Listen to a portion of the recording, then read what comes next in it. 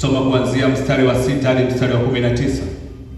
Eneo la tatu, Yesu anaomba akiwaombea waamini wote ambao watampokea kwa injili ambayo watumishi watahubiri. Na sala hii ya Yesu ni sala ambayo inamwakilisha Yesu katika maandiko haya matakatifu. Yanaonyesha au yanadhihirisha ukuhani mkuu wa Yesu. Yesu katika sala hii anasimama kama kuhani mkuu.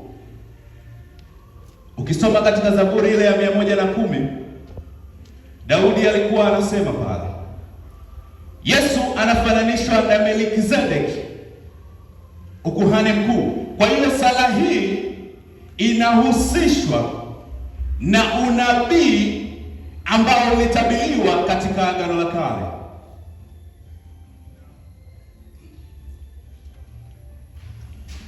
Katika maeneo ya sala hii Yesu anazungumzia maeneo matatu. Eneo la kwanza, akiwa anajiombea yeye mwenyewe, anasema wakujue wewe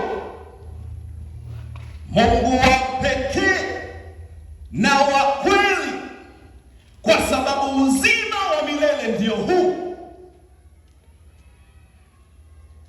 na uzima wa milele ndio huu, wakujue wewe Mungu wa pekee wa kweli.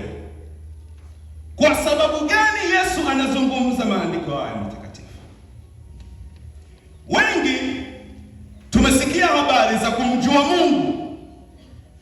Wengi tumeona watu wakiwa wanasema kwamba tunamjua Mungu. Lakini Yesu anaongea sala hii akiwa anatofautisha kati ya kumjua Mungu na kuzijua habari za Mungu.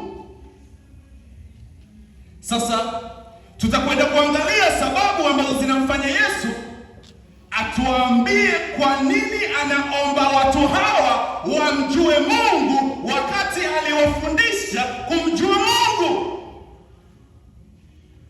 Yesu katika kipindi chake chote anafundisha wanafunzi mambo ya Mungu, anafundisha wanafunzi kuishi katika njia za Mungu. Sasa kwa nini Yesu pamoja na kufundisha miaka yote mitatu amekaa na wanafunzi, lakini anawafundisha, anawaombea akisema wakujue wewe Mungu mmoja wa kweli?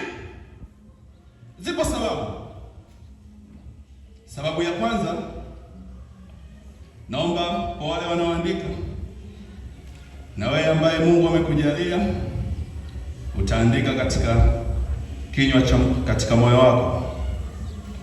Sasa sababu ya kwanza